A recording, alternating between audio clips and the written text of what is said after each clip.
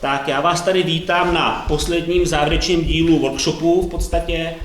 Máme sice slabší účast, ale o to kvalitnější to může být, protože můžete mít ty individuální dotazy a není to takovýto velký obecenstvo, který se bude zeptat. A předávám tady slovo Alejandrovi, který se rozhodl, že nám pomůže vyškolit naše trenéry tak, aby jsme porovnali systémy trénování u nás a ve Španělsku a aby jsme si něco přiučili.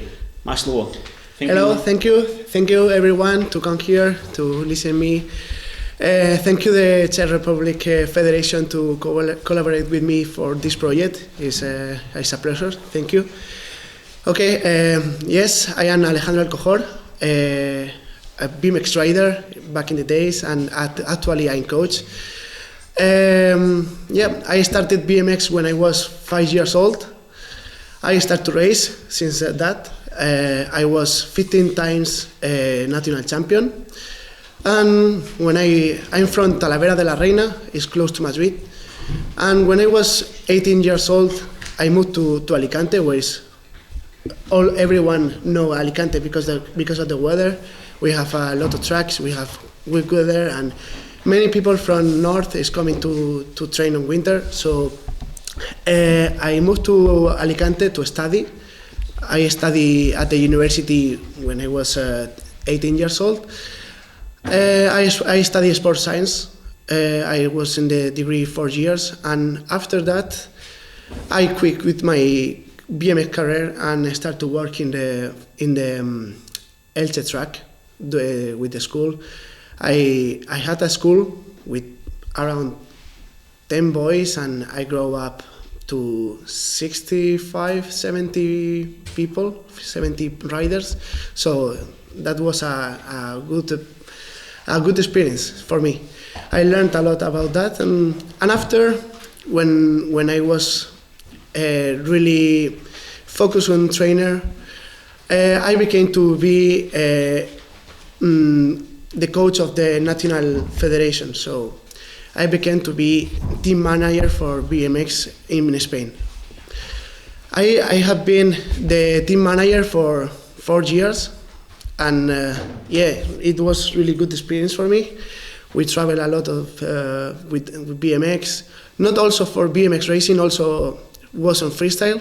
I was the national coach for BMX freestyle, flatland and park, both. We got a really good results. In flatland, we got one good result is second and third in the European Championship. I'm so proud of that. And also good results in BMX Park and also BMX Racing. We got some finals in Glasgow in championship classes, and still working on that finals actually. Okay, let's start with the topics because we have many. And the first is training concept in my country. In every country, the BMX is growing every time, and now we have around in Spain we have like 20, 22, 23 riders in championship classes. But I can consider that just 8 or probably around 10, 12 riders are training like professional. Professional, I can tell, doing all the European Cups, doing World Cups, and also if the national team is going to the European and World Championship. This is difficult because BMX in Spain is not, you cannot be kind of professional, you cannot live from BMX, so many people is practicing like hobby. It's not, not everyone is trying to be professional BMXers. We can have like just 10, like I said, trying to be professional. The rest are like hobby. They don't train like every day, or they are so serious with the training. They are just going to the races just for having fun. And that's so important, what BMX means for you. Because to train every day, to be focus on training. You need a lot of time, and it's not easy. It's not easy because to be in the flat ground doing sprints, going to the gym twice or 3 times per week, or going to the track another 3 times, doing double sessions is not easy. So you need to know what do you want about BMX. If you want to race like hobby, just for having fun, or you want to try another level, you know. So that's the situation in Spain at the moment. Any question? No? Second topic is education about trainers. In Spain we have different levels. Wait a moment. In Spain we have different levels, like all the federation have it, I think. But the levels of studies is not for be coach. It's for be team manager. If you translate it, is sport director levels.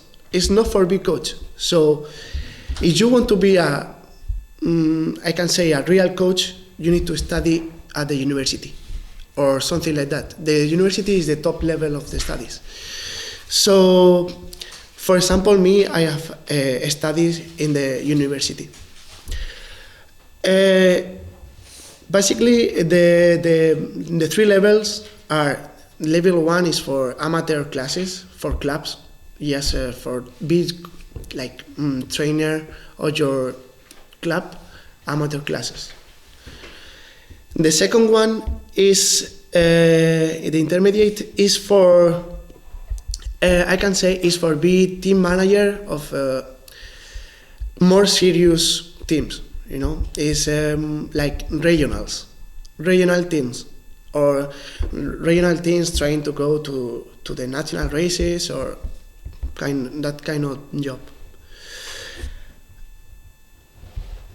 The level 3 is the most important. This one is really good because from the university study you can consolidate everything, and then you go directly to the level 3. It's like I did. I didn't go to the first 2. I just consolidate everything and I go to this one. And this one is very important because you need to have a lot of experience. And this one I can say is for be national coach, team manager for teams from very important teams from Spain, and also to professional teams like road cycling or mountain bike cycling. But this is not for coach. They don't show you how to be a very good coach. This is for more focus in team managers. This is more team managers. And it's for all cycling? Yeah, for all cycling. It's not specific. Like, yeah, it's not specific for BMX. It's for all cycling. To be like coach, you have to study in the university. I mean, like the high level. The high level. If you want to have a high level experience, focus on training, or to be trainer. Yeah, there are also some studies, but they are lower level. It's like. Is go through the federation or through the school? Like, the system of coaches? Yeah. It works through the cycling federation, or it's like different way? It's going like some schools for coaches, or it's work together with federation? For 3 levels, it's in the federation. This is in the federation, but it's not. Even it's not specific for BMX. This is for a total, for cycling in general. It's like same in Czech, but I mean, if I would like to study in Spain for low level of coaches, how can I do it? For big coach of the clubs, yes, you only need the first one. Just normally all the coaches from BMX they have like training license or something like that. Yeah, also, but you cannot get the coach license if you don't have the first level, at least the first level. This is And everyone from Spain who is coaching at the track at the moment, they have the first level. But like I told you, this is not, the first level is for coaching, but it's low level. It's not so high. If you want to have a physical preparation, you cannot do it with that level, for example. But even with the 3, it's more focused with the team managers, how to manage a team going to the races, for example. It's not it's like for managers. It's more for managers. It's not for big coaching. Yeah. I can say the university is not also specific for BMX. University is for everything. It's in general for every sport. But after they will give you the knowledge, the general knowledge to be specific in your sport, and you will know, you will understand everything. But you need to finish the degree, and then you need to study again for be good on your sport. They are not giving you all the topics for be a really good coach in your specific sport. You will need to finish the degree. They will give you the knowledge, and then if you have experience in your sport, you will start to understand everything, like why the energy is like this, why we need to train the power like this way. You understand? And all coaches have to do it by itself, or there is some not like schedules from federation. It's just up to each coaches. Yeah. If you want to be coach, I think the first level of the federation, they are not doing in the national federation. They are doing in the regionals. So I think they have more. I think it's 1 date per year, or maybe 2 dates per year, and you decide when you want to become a coach for your club.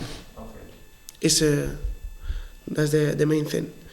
And after, you will, for level 2 and level 3, you will need to have the level just before the one do you want to get it. Any another question? No? It's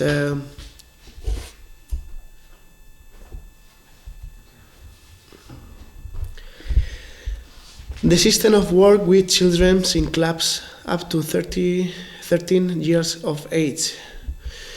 I don't really know many clubs that they have physical trainer for kids. Maybe around 3-4 in Spain.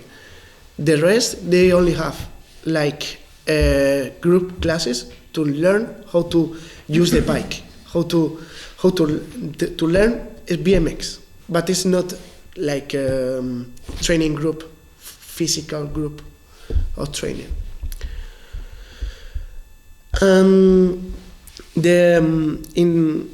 In the federations, for example, the national federation start to work with the kids after 17. That is when you become junior, you can be part of the national federation. Before is the job for the regionals, and even if the national coach want to work with the youngers, it's not possible. The regional federation need to do it for you, because for me, I wanted to work with people who was younger than 17, and it was impossible for me because they have like that. It's like a rule. If I was the national coach, so I wanted to do before, but I couldn't. I started with 17 years old and over. And for example, the Andalucía Regional Federation, Madrid, Castilla-La Mancha, I don't know, we have many. They are working till 17. For example, 13, 14 years old and 15, 16, they are planning to train together.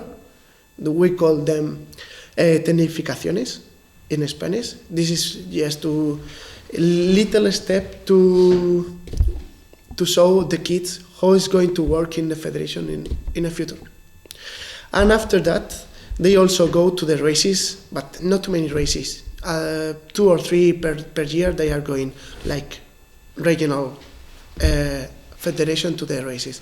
Always one of those races is a national championship, and they prepare the national championship like regional autonomic federations.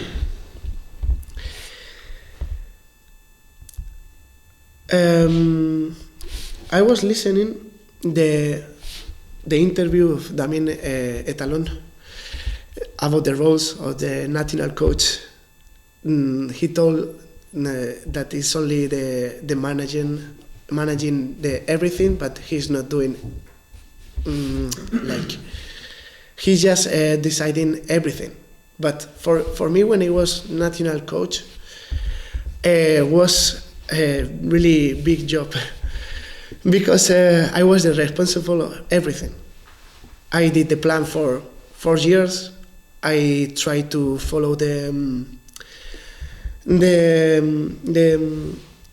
plan for the 4 years and doing the criteria to go into the team, into the national team, and I also did the trips. I was the organizer of the trips. When I was on the trip, I was the responsible of the trip. I need to do everything, like from drive the car to be coaching at the track. But I could only be coaching if all the team is together. I cannot be individually coaching in my normal day. I can only coach them when they are everyone together. So for me it was a big responsibility because I started also very young to be national coach. I started when I was 25 years old, and for me it was a big challenge. So I'm proud of that. And yes, I was during the races with the championship classes, but I also was like team manager you need to go also for team manager of the challenge classes during World Championship and European Championships. It's not only for championship, it's for everyone. You need to be the team manager for everyone when you have important races. And here, like I said, the national coach, it's not possible to coach individually to each rider. You need to be coaching everyone when they are in the group. For example, we do a training camp in Portugal, I can be the coach. But in my normal day, I cannot send a plan to him to be more close to him, to trying to help him. No, I just could to send a plan when I was with everyone at the track. Or for example at the gym, because sometimes we also were in the gym. Any question about this? No? Did you do only alone, like a national coach? Yes, only alone, but I have. We had a very good group of job. We were the physio, and also the guy who is paying, paying everything, in charge of the money. Is also a good worker. We were a very good group, and we were together really nice, and the things were working good. But every 3 disciplines, pump track? No, pump track at the moment is for mountain bike. At the moment it's not in BMX. In Czech Republic is in BMX, but in UCI is mountain bike. In Spain, different. In Spain it's like in the UCI. So only freestyle and BMX race? Freestyle, both flatland and park, and BMX race. But the most important is two, BMX park and BMX race, because they both are Olympians. So we have many competitions. I was every day out of my house. Yes. Alone? No, with my workers, but we were a good group. We were working so good. Okay, this is important. Level and quality of the BMX track in Spain. Track categorization. In Spain, we don't have supercross track. So if we want to work together in a supercross track, we need to move to France or to Portugal, normally to Portugal because it was cheaper for us, to do a training session together. Because we don't have any supercross track at the moment. The new president say is going to build a new one, but at the moment we don't have any. So we need to go. Portugal is close from us, but not from everyone from Spain. For example, from Barcelona is really far.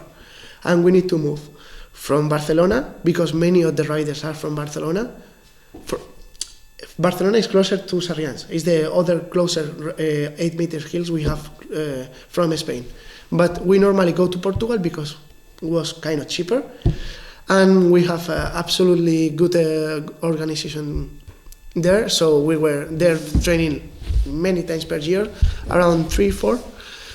And yeah, if we wanted to do a training together, the national team at the supercross track, we need to move to Portugal or to France to do it. And normally we were doing the training camps before the races. For example, if we have a race in Papendal, we were the week or 2 weeks before the race, the World Cup, we were there training the track, because I know it's really important to feel confident on the track that you will race in the future. So we were doing our training camps before the races to feel good on the track that after they will race. But normally we do it in Portugal. We have a supercross track in Spain, but it's not for 8 people, for 8 riders. It's for 4. And it's in the Bike Park Costa Blanca, in Alicante.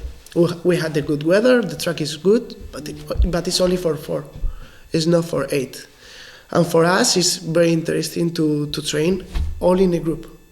Like you see at the videos of the, I don't know, Italian national team, they are training together because it's also very important to push each other.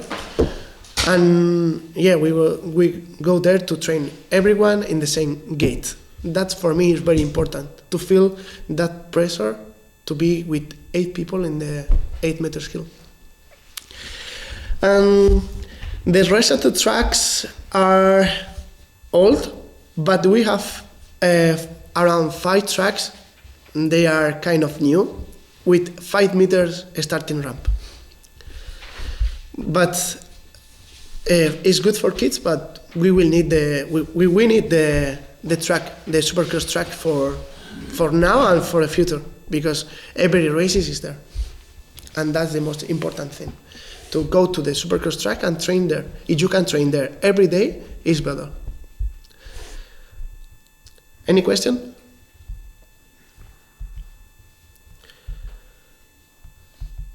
Popularization in BMX, of BMX. I consider social media is very important, but it's like you right here is not only for technical riders to show their skills. I think it's important for everyone, for the technical riders, for coaching, and also for a coach, and also for the clubs. I think it's important for everyone. If you want to keep the sport growing, you need to show the people how is working.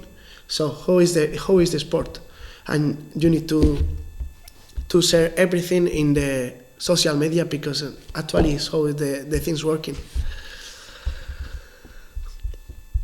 In my opinion, for the popularization of the BMX is to create bigger international events around the world. Before we had some races, they were so important, but at the moment, I open this excuse here because this year we only have 3 World Cups, and in my opinion, that is not good, because At this time, nobody wants to organize a World Cup because all the clubs are losing money with the organization. So if we don't have big international races, we are not going to show to the world how important is BMX. What do you think about it? Only 3 World Cups. This is why this is a low number, because it's year after Olympics. I think every federation, then they don't have enough money for traveling, also because they spend a lot of money the years for Olympics. So I was looking for the track cycling. Yeah. And track cycling, they got only 1 World Cup this year. Only 1 World Cup? And maybe this is why, because it's year after Olympics. Yeah. We need to look in like 2 years before Olympics. I think there will be many World Cups. It's like year after Olympics. It's always less races, I think, because everybody are empty with the budgets. Yeah. And this is maybe why. And also for the BMX World Cups, I think it's really expensive for the clubs or federation to make it the race with the money what the UCI wants to. And even it didn't have really good sponsors like before. Yeah. I remember to watch the TV and put the TV, and I saw the Berlin World Cup with Red Bull. I don't know. The BMX was, I can say, more famous before, kind of, because of the big races before.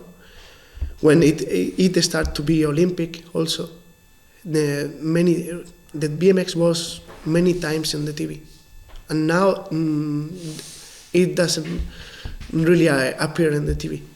I think, in my opinion. But yes, also is that after Olympics, the federation don't have that money for go to the races and to put money on BMX. Yeah. Okay, Olympics. We don't know. We don't know about the Olympics. Nobody knows. The situation changed with Paris because the track was easier and not that many crashes like before, like Rio or London.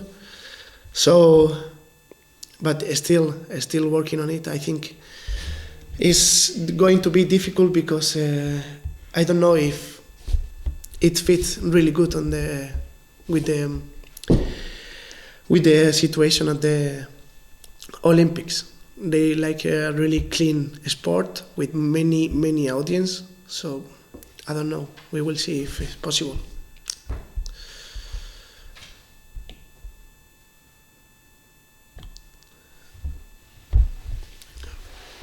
Funding of clubs in Spain. Normally they have like helps from the government, regional government, and also organizing competitions, different levels, regionals, nationals. At the moment we don't have any. This year we organized a C1 in Elche, but that was the first race international in Spain. We never organized European Cups, for example. We don't have tracks to organize a European Cup. And that's not good. Yeah, but the clubs are funding from the regional helps. It's not a lot of money, and also from organizing competition, small or little bigger. How much money parents pay for training in clubs in Spain for months or for months? Depend on what club we are talking. For example, if you just want to be in the group learning BMX, you can pay from 40 euros €40 to for 1 year. no 400. €40 per 1 month.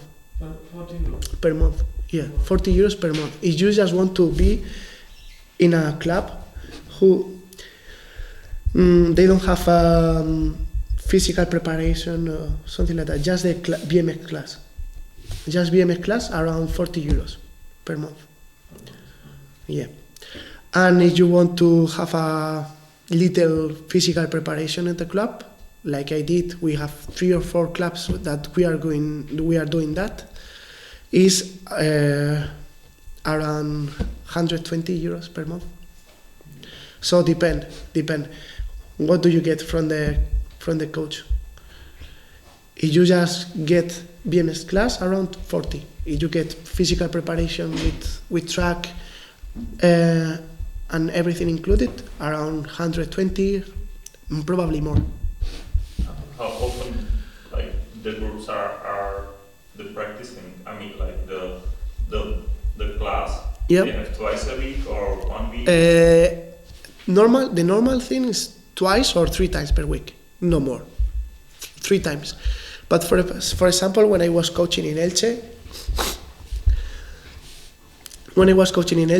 they have 3 sessions of track and 2 sessions physical preparation. During the training session on the track, we were also doing sprints outside the track.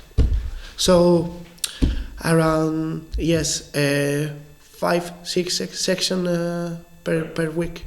And how much cost this? It's for €120 Yeah, per month. €120. 5 sessions. 5 or per 6, week. yes. Oh. But the session is 1 hour and a half Yes. normally, because in 1 hour you don't have time to do nothing. So I can say around 9 hours per week, approximately, or 10 hours per week is around €120 per week. Yeah. Thank you. It's important question. Yes. Funding and support of rider over 13 years. Yes, the National Federation can only assist the riders when they are 17 or more. But before is responsibility of the regionals. So, who pay? The parents. The parents pay everything. If they are not if they are so good and they start to travel with the National Federation will pay. But for the first time, the parents are paying. Yeah, I think here is the same. But we also have the regional federation, but like I did, they just do some training camps, around 2 per year, 2 training camps, and maybe 2 or 3 competitions, 2 or 3 races. But no more help. Is not too much. Funding for coaches. Normally, the coaches, we are self-employer.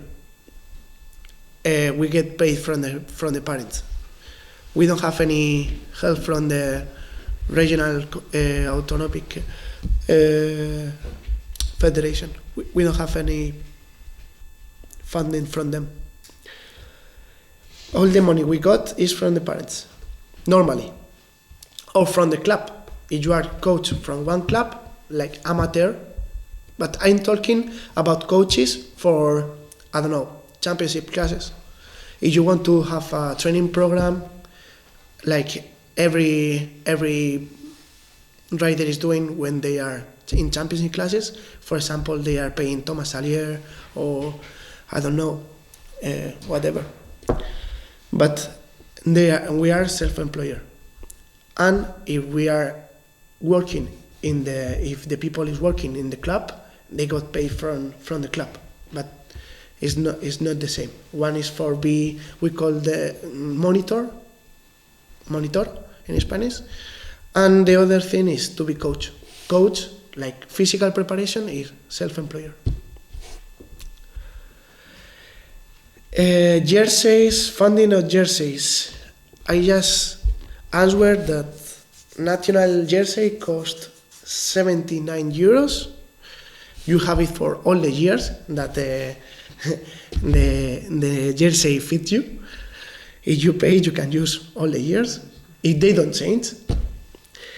And everyone must pay, except the national team. The national team, of course, they get for free. But you cannot change anything from the national jersey. The national jersey has their own sponsor, so you cannot change anything. You cannot change any logo. I think, I don't know if here is different or is the same.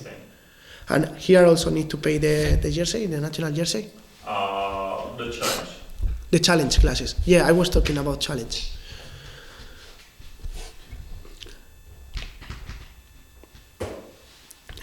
What are current areas of elite riders? We have help for Olympics, but at the moment, or close to be Olympic rider. But you need to get like final in elite, in the World Cup or maybe World Championship, or I think between the first 5 in the European Championship or something like that. I don't know exactly how it's working, but something like that. The protocol is really, really high. And at the moment, no one from Spain got it. So they are surviving because they are students or they work in the clubs or something like that. Or I don't know, they get money from other sides, but no full-time professional BMXer, no. They need to do something more than be BMXer. Yes, regional government also have some helps, but it's not enough. It's maybe the helps are from 3,000 euros to 6,000 euros per year. You cannot live with that. It's not enough money to be surviving and being elite rider in Spain. Any question? Or we start with the technical skill of riders.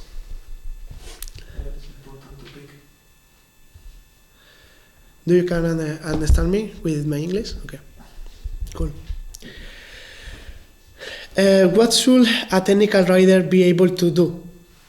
I think the most important thing is to be focused on the tactic, not think about technique during races. You cannot think about, I need to do the manual and I need not to case the manual, or I'm scared to jump that triple. No, you cannot think about jump that triple. You need to be focused on the strategy and tactic.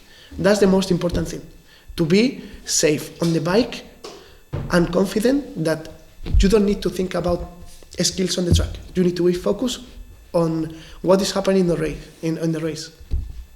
That's the most important advice I give. How is a technical rider raced? Spending time on the bike, not only during the training, just have more time that you need. Not spending the time only for the schedule of the training. Using the bike for everything. You need to love the bike. For me, is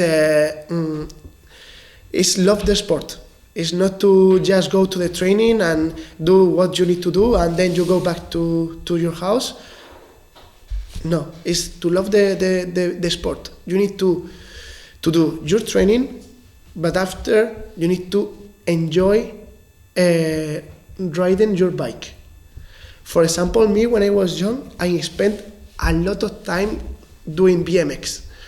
And not only BMX race, because I was doing my training on BMX race, and after my friends, they were in the skate park, and I took the other bike so fast and I went to the skate park with them, is for that I think everyone needs to enjoy the life with the bicycle. The bicycle needs to be part of your life, not just for 1 hour of training and then you leave your bike in the room for the next day. No, you need to enjoy and spend a lot of time with the bike.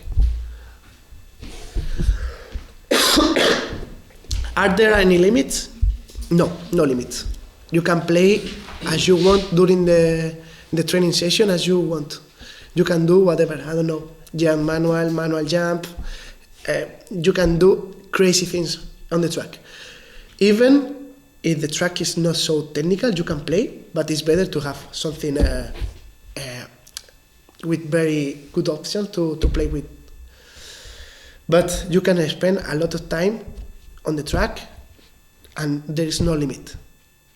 You always will having fun on the bike.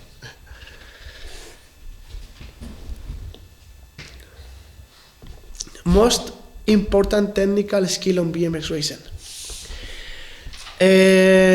Nothing is most important than other. I think everything is important, but you need to be really good coordinated. So important to be safe. Using, for example, like we were at the track yesterday, using the brake, because this is the insurance of your life. You need to use the brake and to be fast. So you need to do every movement coordinated, safe, and fast. It's not the same if you do the movement of, for example, of manual going slow than going fast, because you learn the movement when you are slow, but you need to transfer when you are fast. So you need to be applying the strength of your leg, for example, faster, to be focused in the moment when you need to do the strength of your legs, and that changes between if you are slow or if you are fast. One point is really important for me is to ride in front of the bike.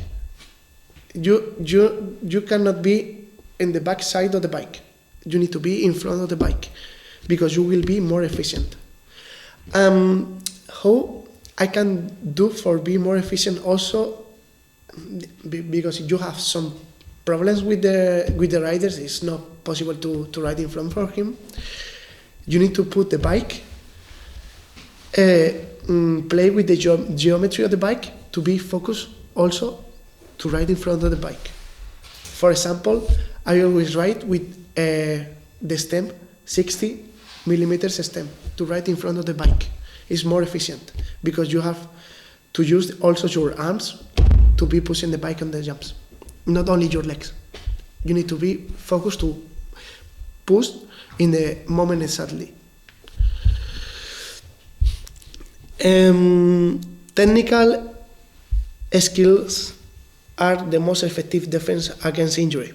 Yeah, I think it's really important because it reduces the risk. Ride bicycle is risky, so if you are technical, you reduce that risk and you start to feel confidence on your bike and safe.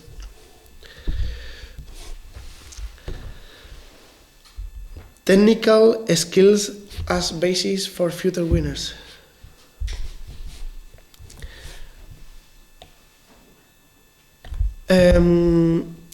I think when in the challenge classes, you need to learn about how to ride bicycle. You need to learn BMX. Because when you are 18 or over, you won't have the energy. You always have the energy, but you need to destinate for spend time on the track, or spend time in the physical preparation. Before 18 years old, or probably depend on the person, you will need to be focused on how to learn to ride bicycle.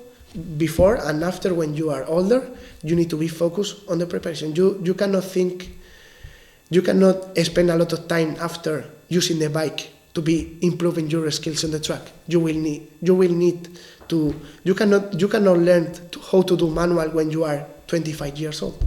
You will need to learn when you are 16 or 14 or whatever.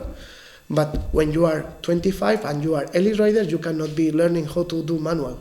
You will need to learn before, and then when you are older, be focused on the physical preparation.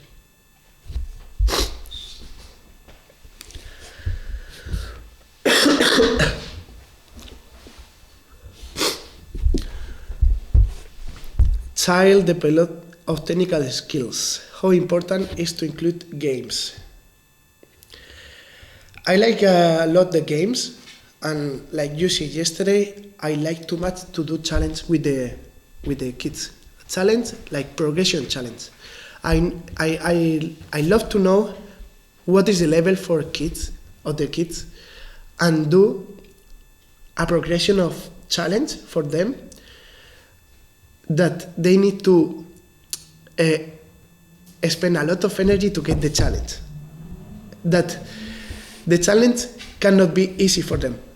They need to try. They need to try a lot of times if it's needed. But yes, I like to do challenge with them to get new techniques. For example, yesterday, jump the big jumps, or trying to jump the big jumps, doing manual before, something like that. And I also like so much to do exercise like starting from zero speed, no speed, or a small speed, and start to win speed during the straight. For example, you start from the floor of the second straight, and you need to start to get more and more speed to get into full speed straight at the final, or jumping the last jump of the straight, starting from zero. I like that so much, that kind of exercise for kids.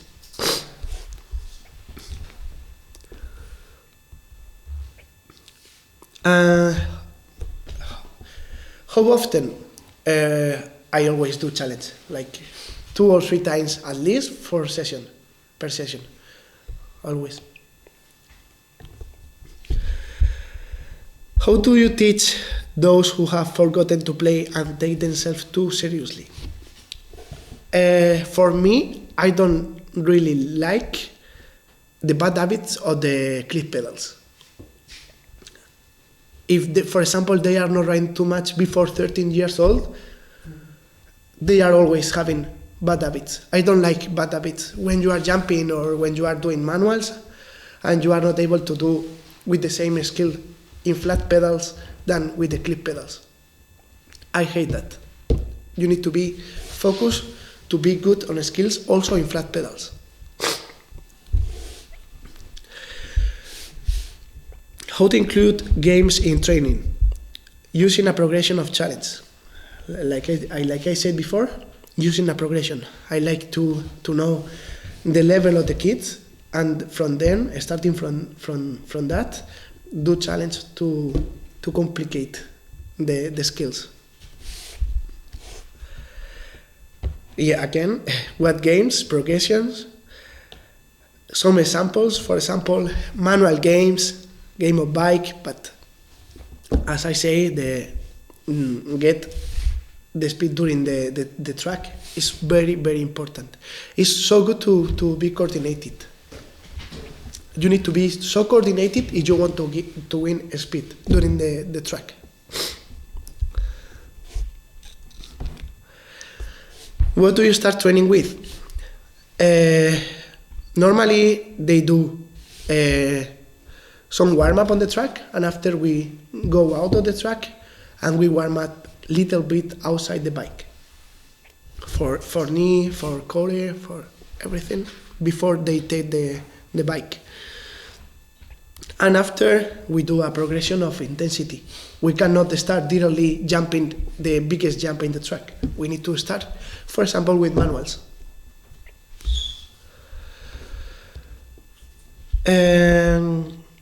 What do you include in the main phase of training?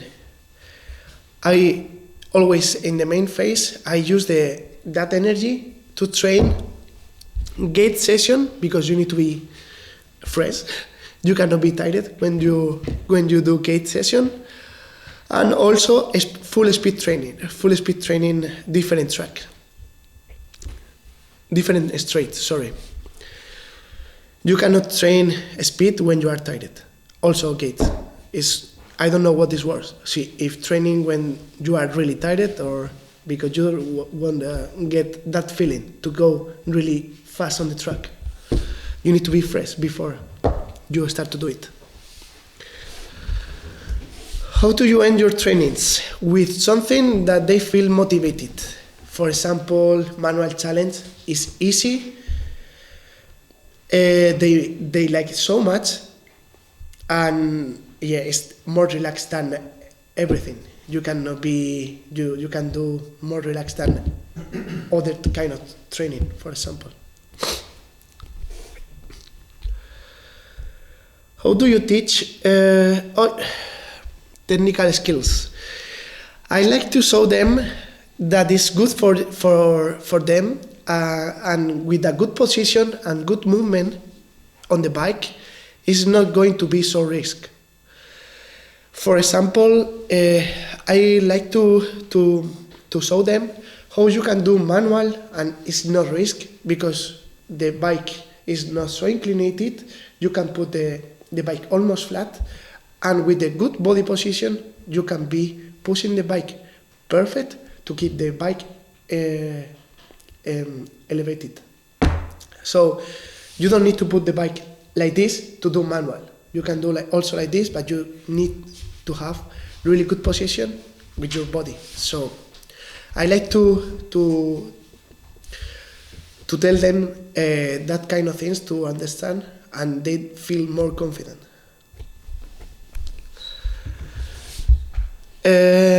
Ramp crossing, I didn't understand so well, Thomas. I didn't understand so well ramp crossing. I think you say to go through the ramp. I think moving on the gate. Movement on the gate. Movement on the gate is very important to learn in the flat, in the ground. When you are doing sprints, to be focused where you put the body. And after, when it's inclinated, it's going to be easier, but you need to be focused, really focused on the flat ground to be good, and then you transfer to the hill. But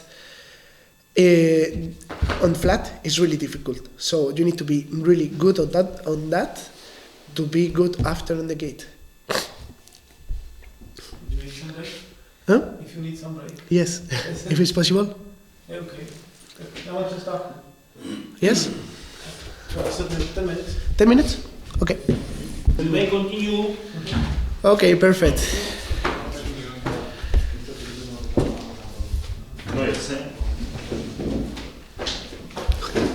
Okay, we restart in the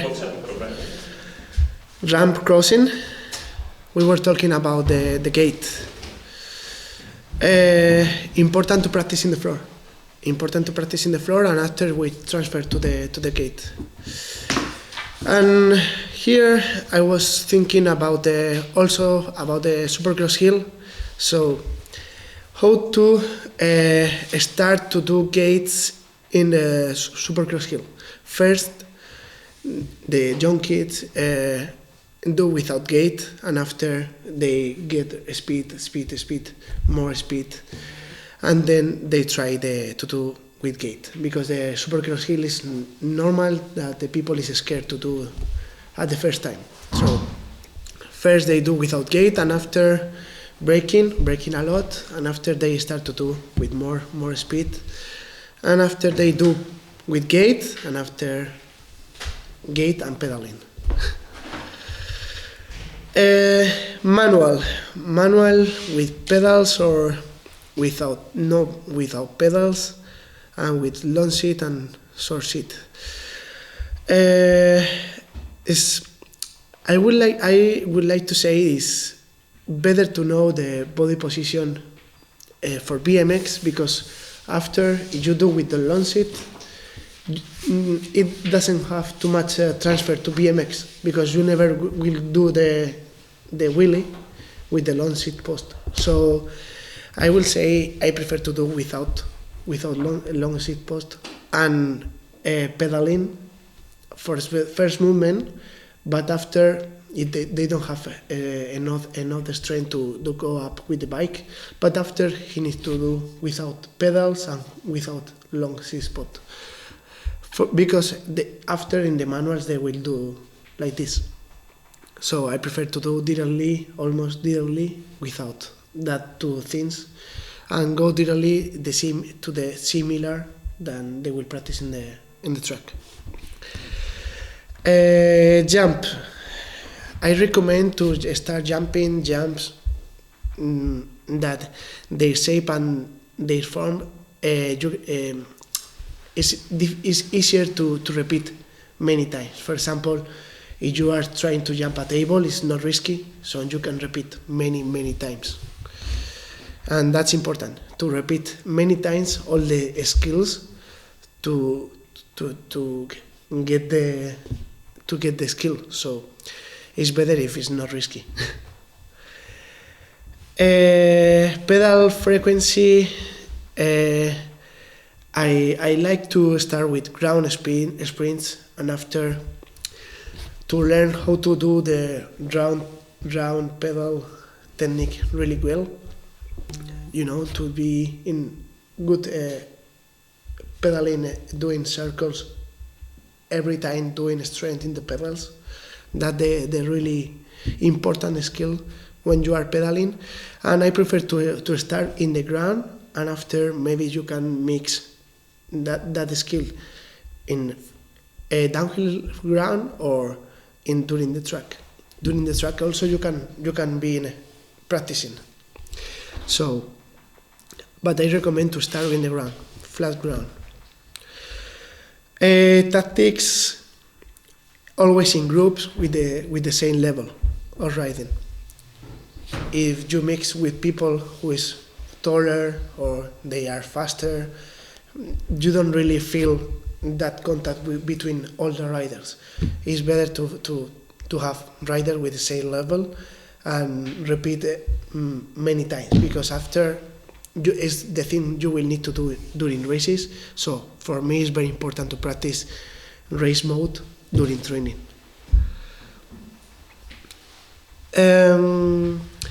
Combination of cycling disciplines. I like to practice multiple cycling disciplines, but you need to know what is your priority for you. If you are focused on BMX, you can be riding, for example, downhill or enduro bike or road cycling as you want, but you need to know what is your sport.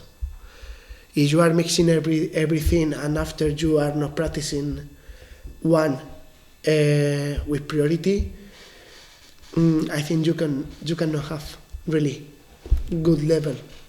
You will have half of the level, but in all the disciplines. But after, when you want to compete in one, it's going to be difficult. So you need to be focused on one sport, and if you want to practice, I don't know, with your father, with your mom, or whatever, during one weekend, if you want to go out with your bicycle and your family, or go with friends to the bike park, as you want, but you need to be focused on your sport, training for your sport, doing physical training for your sport, and training normally in your daily, your sport, at least 5 times per week.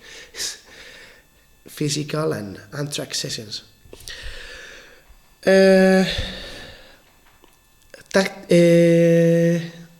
Mental preparation. Another topic is very important for me. Focus, for me, is very important to be focused and to be with confidence. That is the most important, and it's too difficult to get it. But you need to work in that direction, to be focused on what you are doing. For example, in Spain, we have very good riders, but after they feel they are not ready to be racing in European Cups or something like that, so they don't really demonstrate their level during races. Probably they can be the best during training, but when they are in races, they think they are worse than the rest of the riders, and they are not going to their 100%. So that's important to have the confidence to do your 100%. Win, lose, or just play and enjoy life. The only rule is to have fun.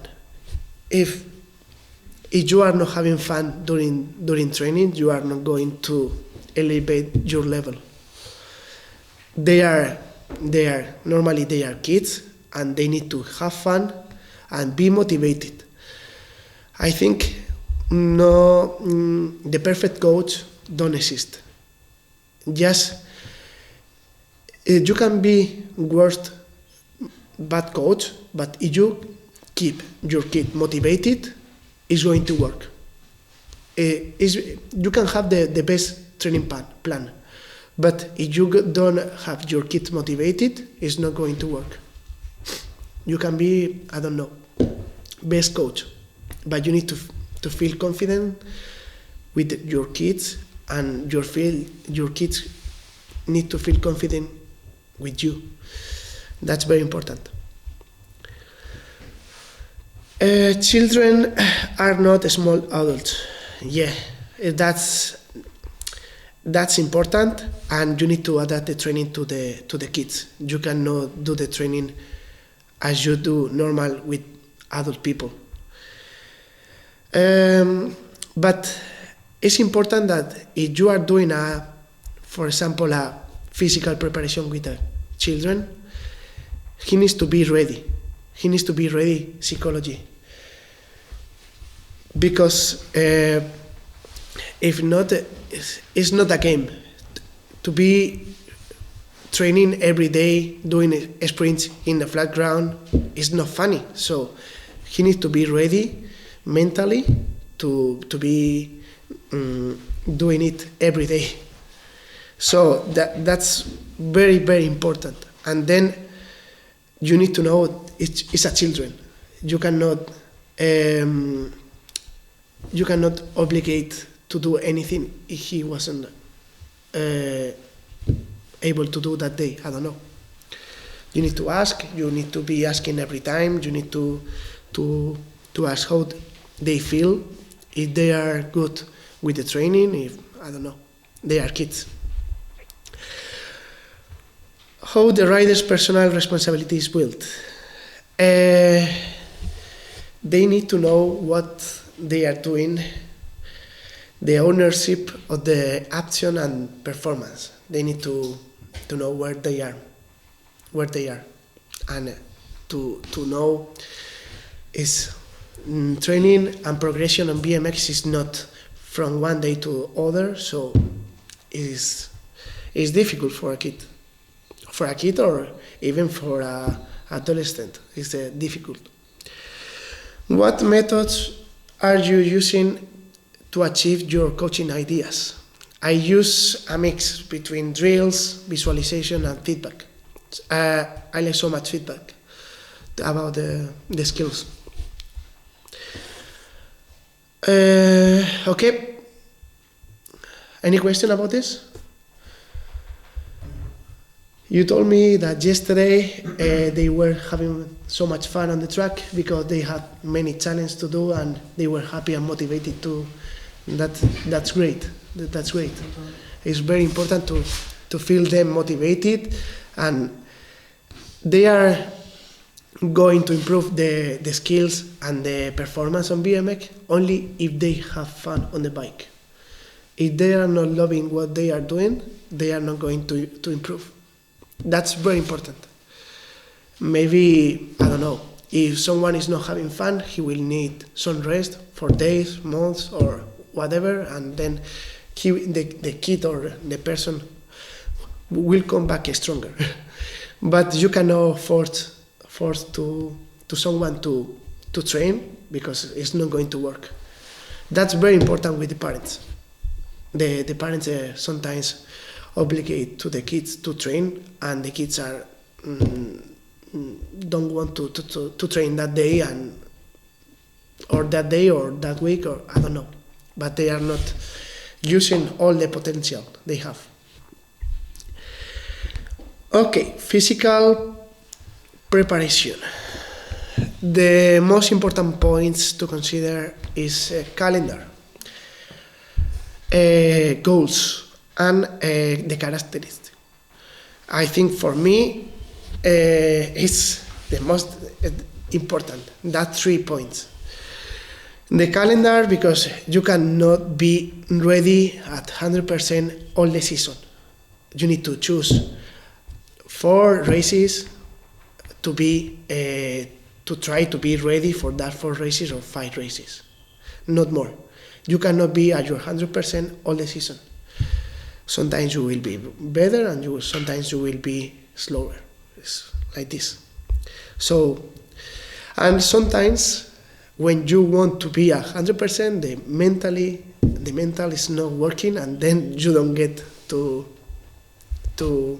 be ready at that 100%. But still, you need to try. So calendar, you need to choose around 4-5 races during season to be trying to be a high performance at the races. And then you can organize the load and volume of the training. I will show you after how is normally I work with the volume of the training, and we will see about this calendar and how the volume is growing, decreasing, depend on the competitions. I will show you after a document. Short, medium, and long-term goals. Yes, this is too important to be motivated. You need to have short-term goals. For example, if you are so bad doing manuals and you want to, the first thing you want to do is to improve that manuals, because that is bad for you, because you are losing a lot of speed during the track. So that can be a short-term goal. Medium, for example, feel better in the first straight of the track with manuals, gait, frequency of the pedals, everything. Long term, to be, for example, ready for race a final in your national championship, or I don't know, to be ready to do semi-final, depending on the children or the rider, to be ready to do semi-final at the European Cup, for example. Athlete characteristic. This is the experience of the rider, the level of the rider. If he has problems with the gait, if he has not the strength, no acceleration, I don't know. If he's too bad jumping and he has problem with the procession of the tracks, but you need to adapt everything to the lead. This is for me, this is the most important. And then you can be more specific on their trainings, but you need to sit down with them and look everything about calendars, goals, and characteristics. Then with that you will work, and you will do session with the rider, with the athlete, of strength for wind muscles power, speed to high cadence in the legs, skills on the track, endurance, race mode, very important. And also you will do sessions for injuries. It's very important to do injury prevention on the training programs. And not only prevention, also for recovery from injuries. It's very important.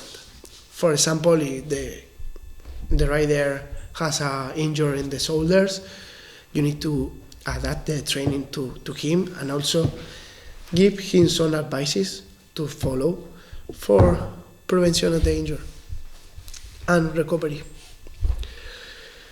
Okay, volume of training per week.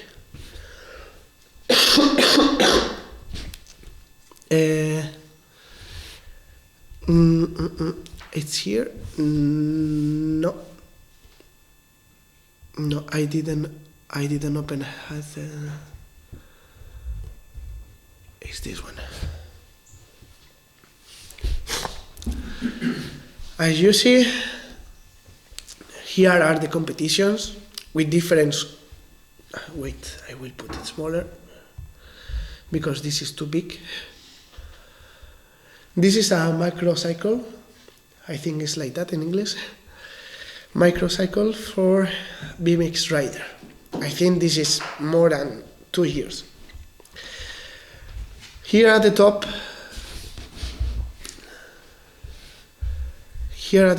we have volume of the training in red.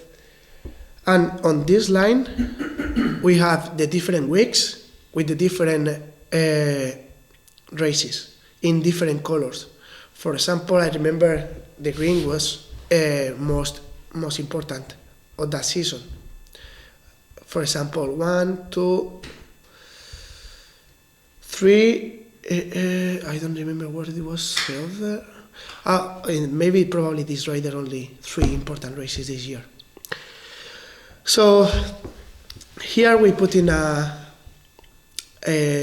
timeline the competitions depend on how important is for you, and from that we start with the volume doing I don't know how to say, but it's like a wave. You cannot stay stable with the same volume of training. You need to be alternating, and of course you need to be doing tapering before the races. So this is my how I work, because here I have written my advices to do the training plan weekly. This is, for example, here I have written that I want to do a test with them. Here are the weights, here down there. I have some advices for me to do the training plan during the week. For example, here is writing the exercise I want to use for that week, because if not I can get confused. And that's how I work. Timeline with all the races, to check all the volume, to see when I can put more volume to the rider and when I need to decrease approximately. And also I have here writing what gear he needs to use, if it's flat pedals, clip pedals, what kind of sprints, what kind of jumps in the plyometry I want to get, like more impact, less impact.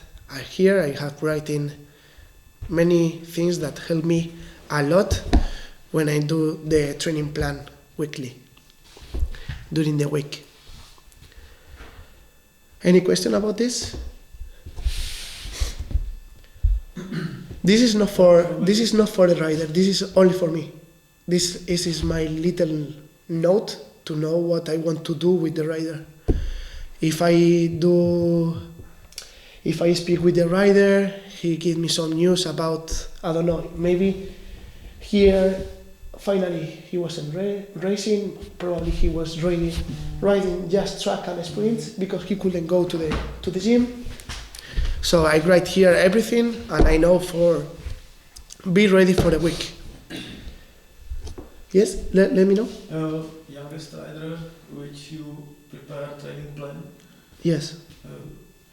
Which age? Youngest rider, when did you prepare training plan? I need to talk with them and see if they are ready for that, because mentally it's difficult to follow a plan. So not every kid of 13 years old, 14 is ready to follow a plan. So you need to be talking every time with them and see if it's good and mental ready for follow a plan.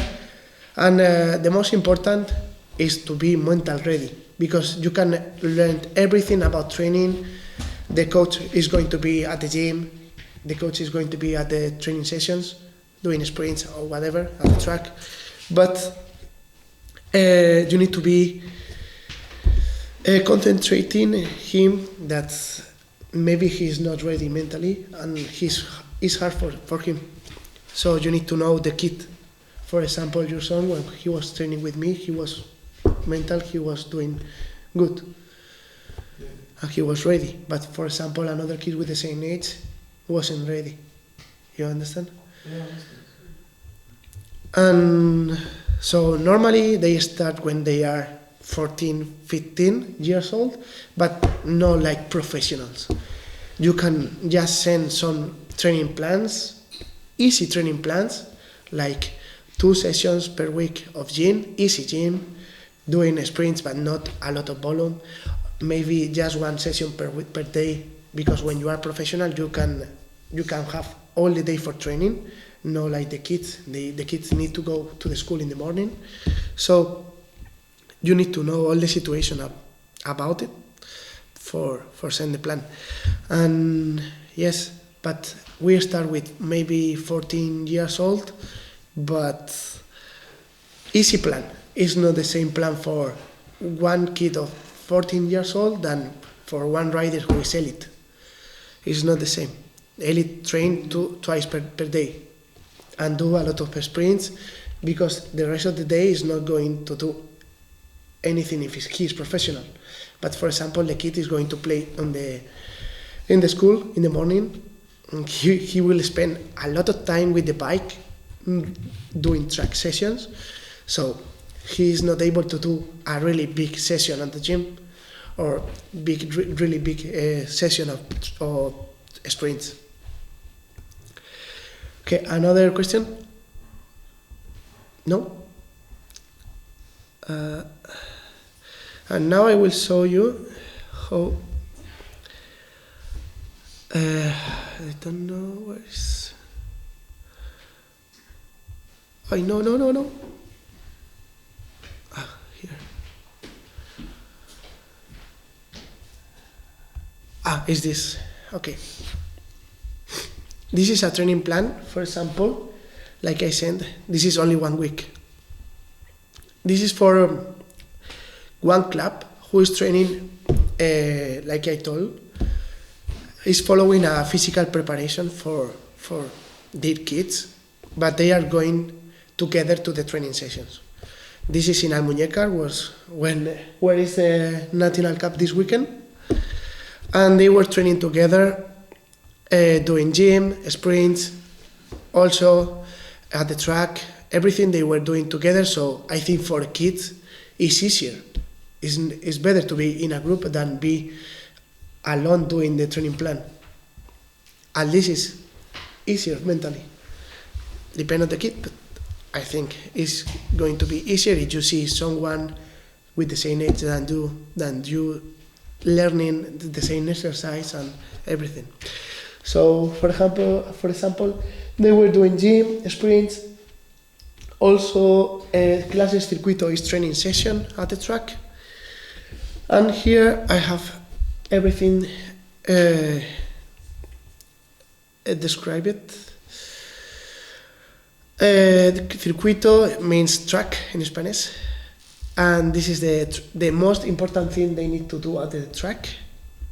For example, the warm-up, the minutes of warm-up, doing the skills in one straight, gate, and after some race mode with group, and after, yes, a speed session at the track. Is a speed session at the track during the different straights. This is the other track session during the week. One was on Thursday, the other one was on Thursday. And this is the gym. This is describe everything in Spanish, of course. This is an easy session for kids. It's not difficult. And they have to, you need to adapt the weight of the training, of course, to the kids, because they need to feel good. They cannot be every time at the high percent of the strength, because they are kids, and it's better to feel them fast than slow and more weight. Always it's better to work with kids. Maybe they can lift more, but you need to work with them lower percent than they can lift. It's better for them. This is the sprints in flat, after, in downhill sprints. Very important to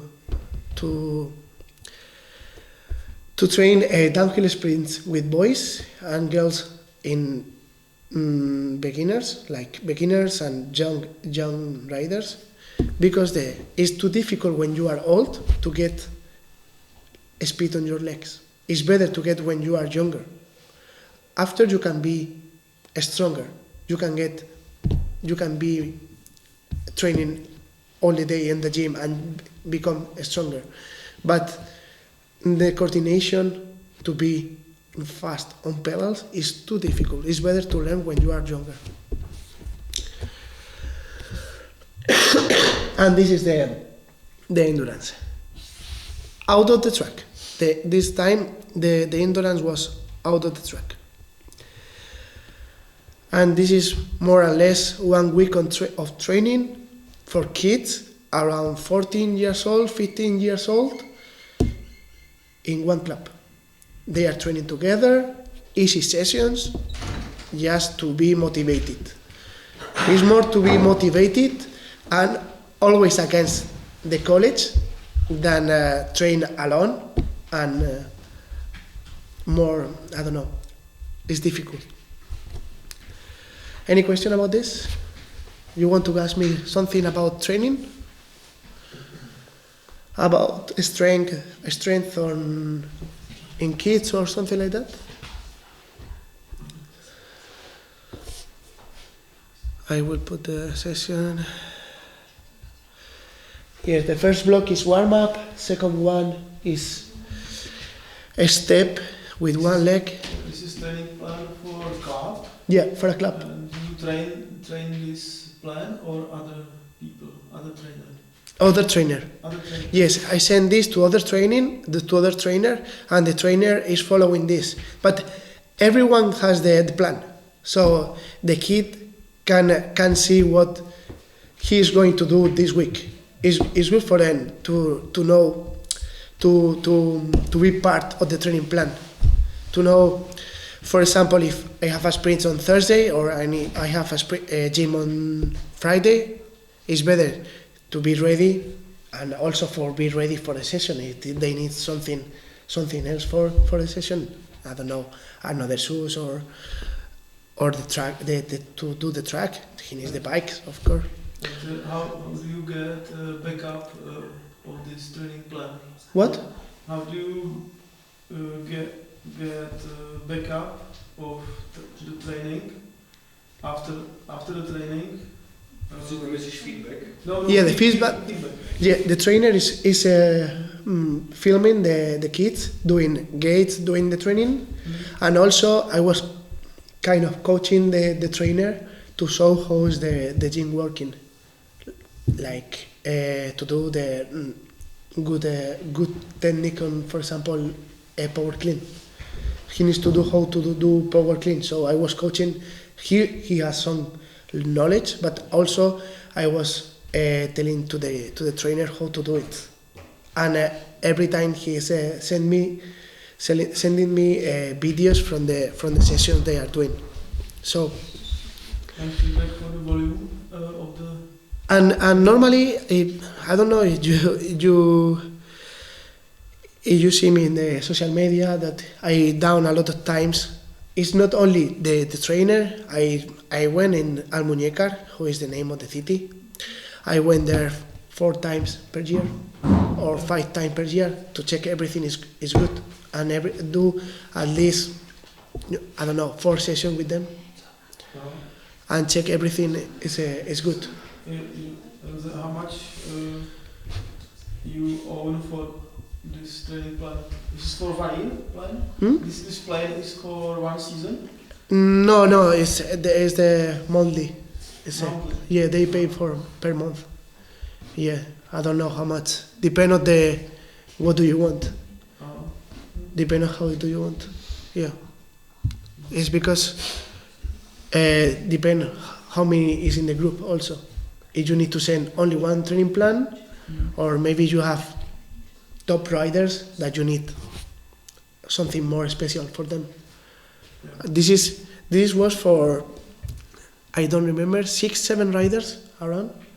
Yeah, and they were doing together, and the price was, I don't know, 250 euros or something like that per month. Yes. But I was doing work with them every day, like video analysis and everything. Video analysis. Yeah, they send everything to me. Analyze each of the riders. Yeah, the trainers send me videos, but also the kids could send me videos to me. So it's good for them too. Also the kids, is good to show the kids that what they are failing, to correct themselves. You know, it's good to show the kid. If, for example, if he's failing the gait because of the shoulders, he needs to know. And if, for example, next time he will do a gait, he will be focused on the shoulders, and he will know where he needs to push the shoulders in the next one. Yes. Another question? No.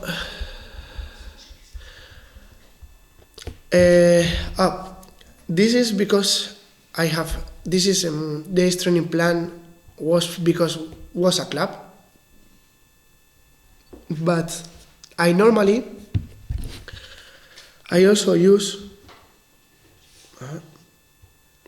One moment. For individual training plans, I use this app application for the phone that you organize all the training plans for individuals, and then you get the feedback directly from the application, and they are putting the weights, they are putting how they feel from 1 to 10. It's really nice, the application, because you have more control on them. Because here I was sending this to the club because the trainer was telling me every time how is the feedback of the kids and his feedback. But when you need to work individually, this application is working very good because you will have a lot of feedback from them. Also, if they miss one training, it's in red. That is good for them too. For example, they are thinking they are not improving his level in BMX, and after you check the app and you see everything in red. So they weren't doing the training sessions. So how do you want to improve if you are not doing the sessions? So this app is good for that. And also your kid have the training plan like this because the app is for Spanish people. It's only in Spanish. I don't know if you have in Czech or maybe in English, but the name is Heartbeat. It's only for me. It's only in Spanish. It's for that your kid had a training plan like this, because I can write in English, because if not, I cannot. Your kid doesn't speak Spanish, so it's going to be difficult for him.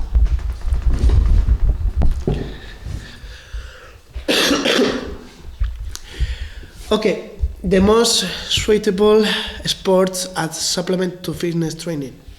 For me, the best suitable sports is, of course, something in relationship with BMX, with bicycles. So you can get more agility, coordination. That's the best. Is enduro, downhill, BMX park, weightlifting for strength, ride cycling for the endurance, and motocross to also similar and BMX is jumps. Also coordination and agility and everything. That's my favorite sports that can help you, but like I tell before, it's important to know what is your sport. You cannot be doing this every day if you are focused on BMX. If you want to improve BMX, you need to be training BMX. This is just for some weekends or maybe on holidays, or I don't know. Yes, and this is everything by my side. If you have some questions or another topics or you want to talk about. This is probably the best guest from yesterday, like for me.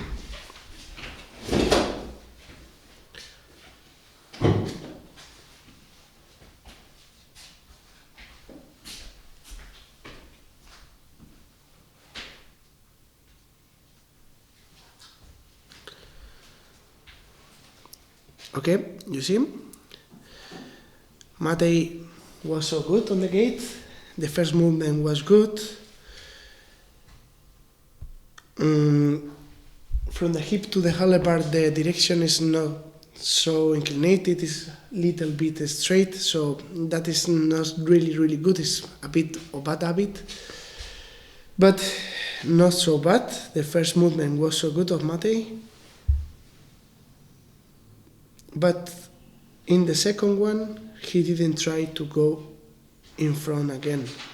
He did good movement in the first one, but in the second one, he just kept the body in the middle of the bike. He didn't want to go in front again. But the gate is, like I told you, is one of the best gates yesterday. The shoulders are a bit high, but it's difficult to work with. It's not the same to work with kids than with elite riders, because maybe elite riders, they have less bad habits because they were progressing with them.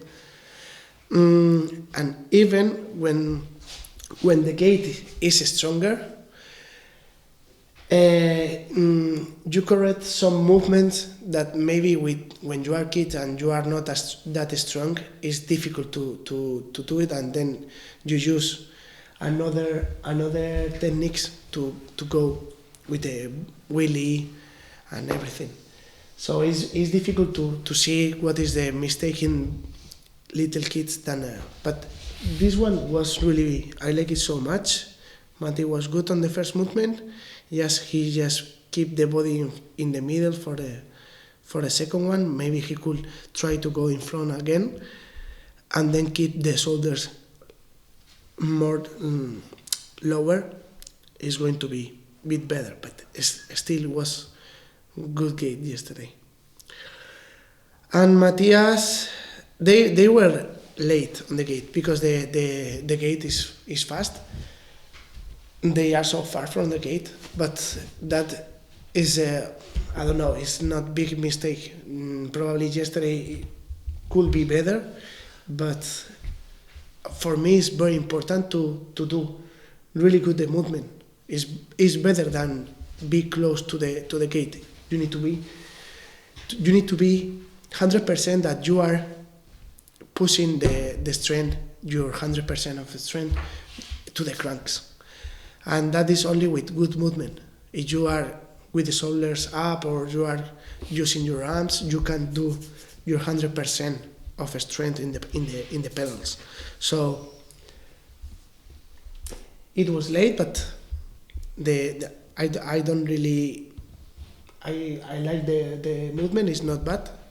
So Mattia still have movement to go in front, more distance, so he could be a bit better on that point, because that point, if you don't finish the movement in front, that will be worse for your second pedal, and he will need to go back to recover the bike between first and second pedal. So if he doesn't finish the first movement, he will need to go here behind the line with the seat to keep the bike doing wheelie. So he will need to go in the back, and that is not good movement. All the movement you need to do in the gate is in that direction, and if you do something that can perjudicate that movement in front, you need to try to do slow or try to reduce and be potentially going in front. So you need to reduce. All the movement is going backwards. But I think, like I said, this was one of the best gates from yesterday, and the gate was really good, late, and some little mistakes to improve, like the body to follow the movement. And yes, second pedal and third were good.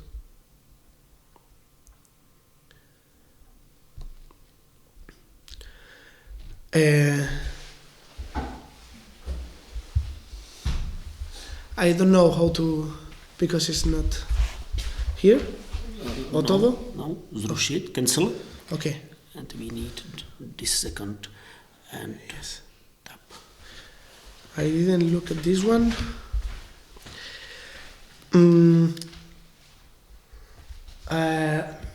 Maybe I would like to explain the gate on the paper, but you need to all the movement. If the gate is going to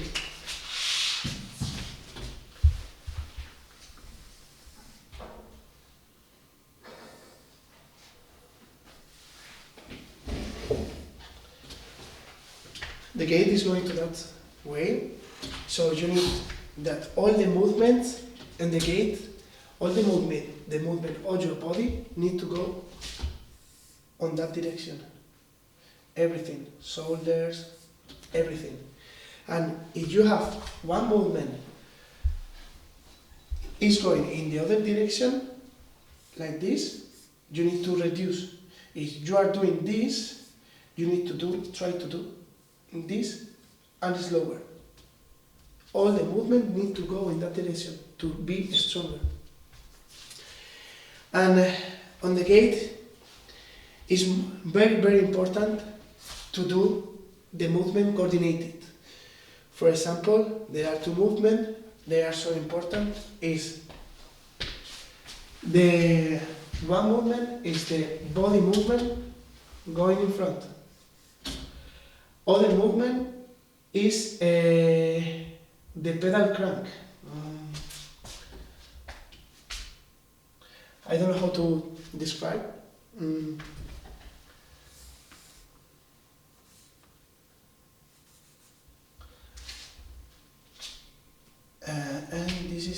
handlebar.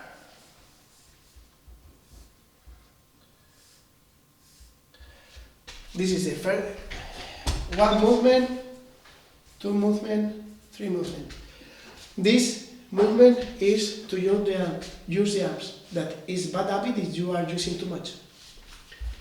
This movement is to go in front with the body. And this movement is to push the pedal when you are doing the gate. These three movements need to be at the same time.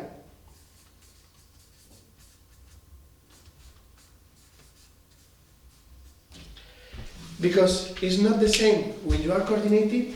When you are coordinated, your strength is more. For example, it's not the same to throw one ball like this than throw the ball like this, because for example, if I do this, this is going to fall here. But if I do this coordinated, it's going to fall meters there. So these three movements need to be coordinated at the same time for being stronger. That's very important. And another thing is very, very important for the gate. Everyone is understanding this? Mm-hmm. Yeah? Okay, forget this. This is the movement of the body in front. This is the movement from here, from your starting position to the final position in the first movement. This movement needs to be, it's like this, but this is is with errors. It's good, but it's not so good. You will need to do this movement strong in that direction. So it's better if you get more distance and more explosive on that movement. If he do like this, it's good, but he could do longer movement and faster. So the gate is going to be more explosive. That's very important also. And another point really, really important on the gate is when you are in the gate, in the first movement with the body in front, you cannot extend your hip. You need to translate the first, you are with this position, you need to transfer to in front, same position with the hip inflection, because after the pedal is going to down. And if the pedal is going to down, you will need to have flexion in your hip to do more strength. So the first movement is going with the same position, flexion in the hip, and after the pedal is going to down and you will get the extension of your leg. It's very important to finish the movement with flexion.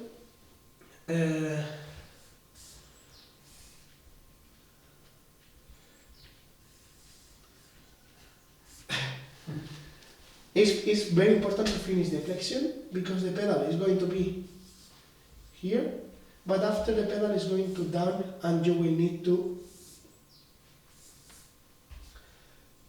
do the complete extension of your body. But you cannot do first, because if you do at the first movement, all your body is extending. So if your pedal need to down, you won't have anything to do extension. Everybody understand this? For me, it's very important. It's very important that. It's clear? Yes?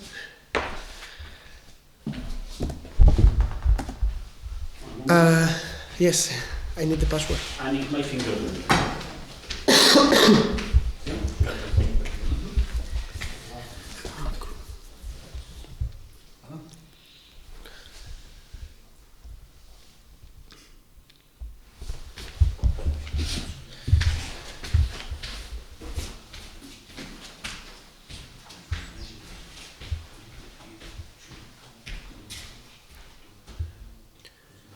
Oh.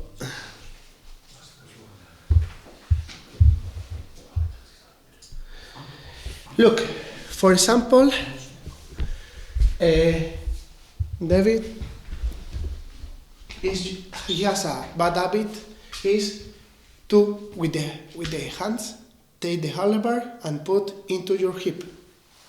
So his movement with the body is going to be reduced. He needs to keep the body, the handlebar in the place and use the body to go in front. If he's using the handlebar to be closer the handlebar, he put the handlebar closer to his hip. So he has no movement, almost no movement, because he reduced the movement to go in front. He needs to put the handlebar in that position, and the body is who is going in front. That's very important too. He is doing this, only this distance with the body, and he will, if he do with the handlebar, he is not using the handlebar to keep closer to his body, he will gain more distance. So it's going to be better. Is that the reason is going to improve.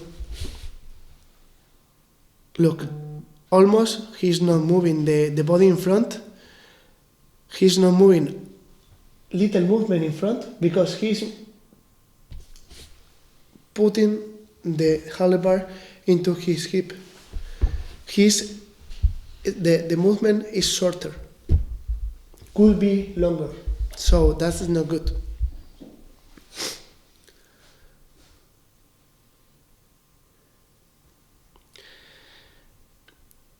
The boy in the middle, the gate was not that bad. He was close from the gate. The body was good, but he need to work on the core because he's doing flexion with the neck.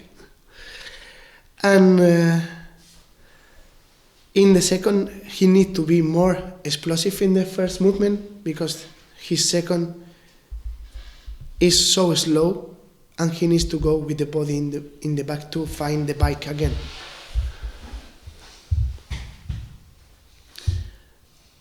And the boy from the inside, if you look at him, he's moving the body in front, but the bike stay in the place. The bike, look, his body, the body of this, the body and the kid in the middle is moving in front, and the bike is also moving in front. But on this one, in the inside, he's moving the body in front, but the bike is not going forward, stay in the place. What that mean? He is doing this, but he's not doing this, no coordination. So he's moving the body in front, but he is not pushing the pedal, so the bike stay in the place. You need to do both together because you need to be coordinated, and the bike is following you. If you don't do both, that's so important. The bike is going to stay in the same place than before.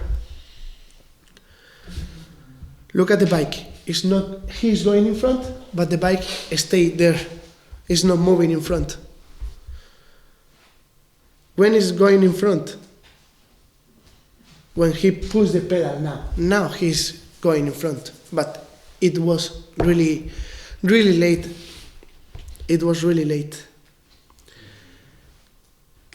You understand?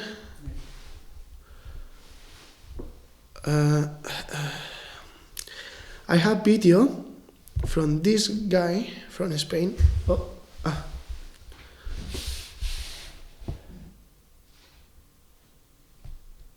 I like so much the... wait. Okay. The setting. Yeah. Okay, I have it. I like so much the posture of the body. I don't like the crank like this because the second pedal is going to be so late. So if someone, maybe you can have a good skill like this, but someone, if they put the pedal lower, they will start to do the second pedal before. So if they start to do the second pedal before, they will put the elbow in front of you. So I don't really like too much to be with the crank a little bit up, but I like so much the distance he has from the hip to the handlebar, because it's a big distance. If now he is going in front, he will have a big distance going to the handlebar. It's really good position for me because you have long distance here. But the problem is the same problem than the kid before. He's using the arms to put the handlebar close to the hip. So he reduced the movement in front. He could be so good with that position, but now look at this movement. He's using the arms to put the bike accommodated in the hip. So he reduced the movement. He could go more in front, but he's reducing the distance. So this is not Yeah, someone is calling.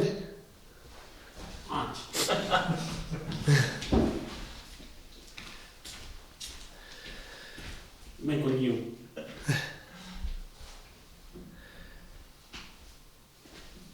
So this is not good.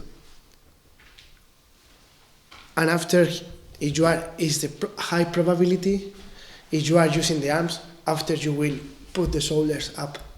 That happened to him. And this guy is second of Spain, second in the nationals. He's really good riding bicycle, but he has that problem, and it's a really bad problem. It's a bad habit. I wanted to show you because I consider it's important. Because it's important to have long distance between hip and where you can finish the movement. Yes, I have one more video from little kids. I don't remember, but they weren't so bad.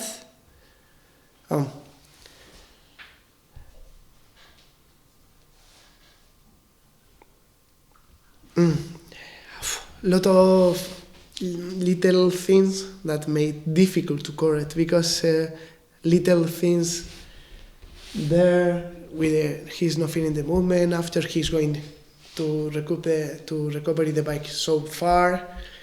He's not aggressive, he's not explosive. So when you are not explosive on the gate, it's easier to make mistakes. If you are explosive, it's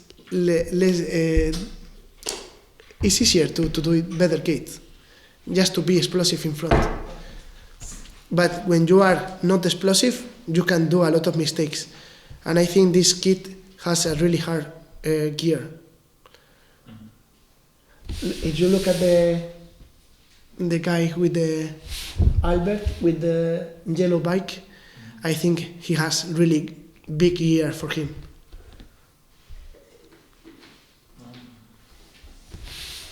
So more mistakes because of that. Second one, he's small, he's not using the arms, I like that. But he's with the shoulders. This is what I say.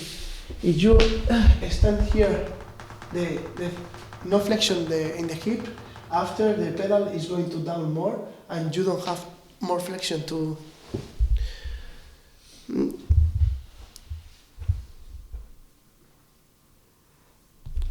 now need to be the biggest extension in the hip, and he did before, so now he will need to go in the back to recover the bike. And that's it. Look, the body. You can go. People say you can go. This is the line from the seat. You can, for be good in the second pedal, you need to be on this side. You cannot be with the hip in the other side. You need to be in the vertical line of the seat. You need to be in front. You cannot be in the second pedal in the back. If not, you are losing time. And that happened with him. He extended the hip before, so he could do good pedal at the end of the circle. So he need to go recover the bike with the hip in the back, and he lost time.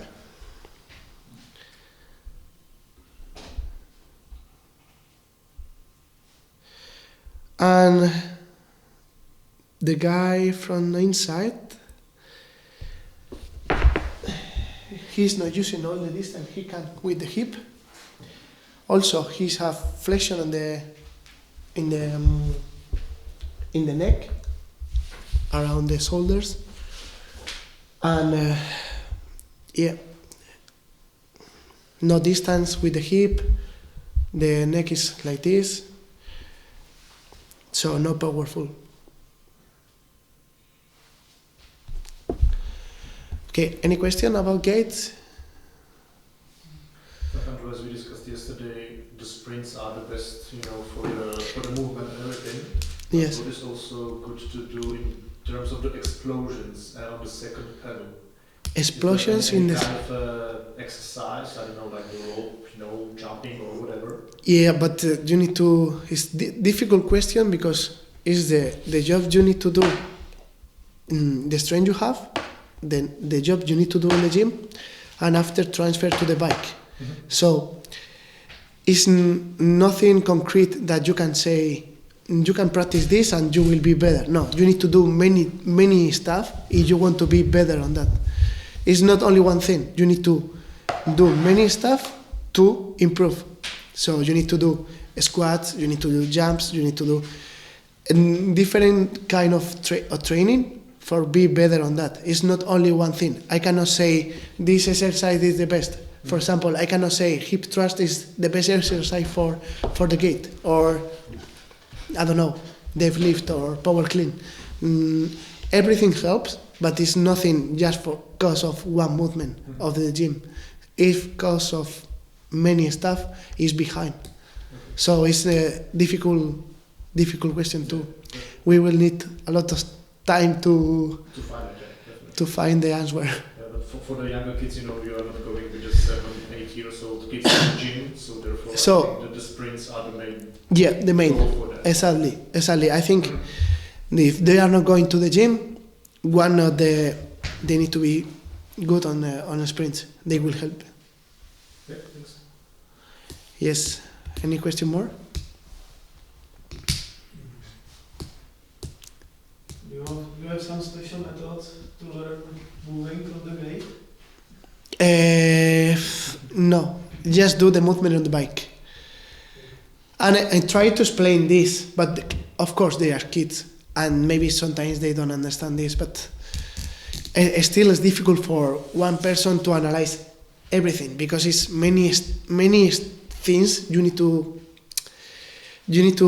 know, and you cannot think about it during the gait. You need to have automatically. So even difficult. Sometimes I go point by point with them. Okay, it's like yesterday, I couldn't correct everything in one time. I was telling them, okay, now we are going to fix this. Okay, now they are thinking just in one thing, enough for them. They do some gaits. After we say, now we are going to put the shoulders down, lower. Okay, next point. 2 gaits after, 3 gaits after. now you need to push the pedal at the same time you move the body in front. So little by little you will get a better start, because you cannot say everything at the same. You cannot say everything at the same time. You need to be little by little, and then you will get a. And sometimes the kids have really good habits on the gate, but they don't show because they are not explosive. If you are explosive, on the gate is easier, I will say. Because if you are explosive, you need to do all the distance with the body, and it's easier to do a better gate, by my opinion. Because if you are not explosive, for example, you will need to use a lot of you will need to use the arms for do the wheelie, and if you are explosive, you will do the wheelie with the movement in front, for example. And one thing I recommend is the rider is riding with the clip pedals in races. Don't use the flat pedals to do gates. Always with clip pedals, because the technique on the gate is changing, and maybe he's good and he can get bad habits of that. Because with clip pedals you are stronger, so you don't need to use the arms, and maybe if you are using flat pedals you are slower going in front, and for do the wheelie you will need to use the arms, and that's so bad habit, like we saw. So I recommend, if you are, in my opinion, because if you have one skills is too difficult to get, we will try not to destroy, we will try to improve it. But if we change something that it will change the skills a bit, after can perjudicate you. I prefer to do everything, the track session and sprints with flat pedals, of course, for do good the technique of pedaling and everything is good for them, and also for jumping, manuals and everything. They need to know all the skills on the bike without clip pedals. But on the gate, I prefer always with clip pedals, because it's changing, and after it's difficult to escape that bad habit from the gate. Something more?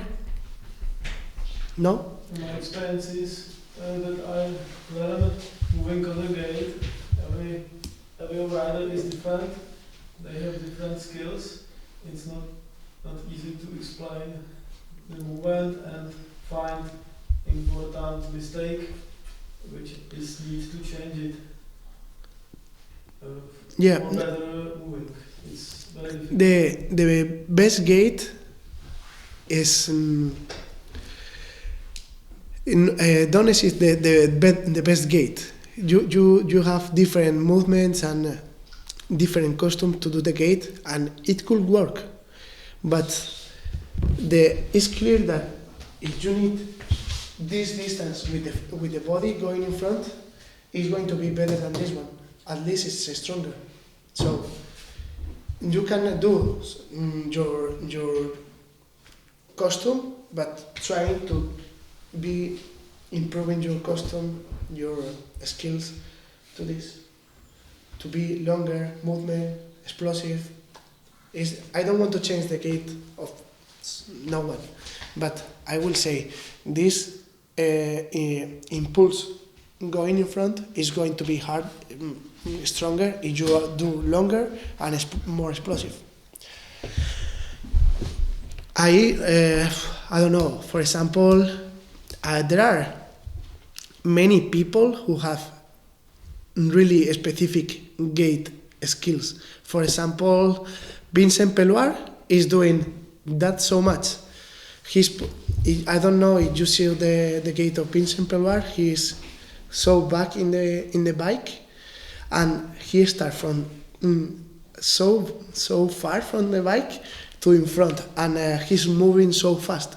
I think that movement is so strong, but not everyone is able to do it. After, depend on the rider. For example, Kamel Larsen is also difficult movement, I will say, because also he's so in the back of the bike and he's moving so strong in the front. And I think nobody can do it like him. And it's for that he was one of the best gates in the world. But after, we have the case of Joris Daudet. He is so close from the handlebar, and he's doing perfect timing, perfect first and second pedal. He's doing everything perfect. He doesn't need to go back in the bike. He's good like this, and he's so aggressive and strong. It doesn't look like he's doing it. It looks like he's not doing nothing in the gate, but it's perfect. So the movement is exactly correct. Shoulders, hip, leg extension, everything is perfect. And he's so explosive going in front. But if you see him, looks like he's not doing the best gait in the world. Sometimes the simple is better, but that's my opinion. It's difficult. You need to find the balance between the style of the gait of the rider and the things you think they are better. For example, the big movement, the shoulders, the crank, everything. I hope this helped you a bit, and I discovered something new to think about it, the gait, if you didn't think about it before. Yes, thank you for everything. You need something more? Můžeme začít? Chcete se něco zeptat? Yes?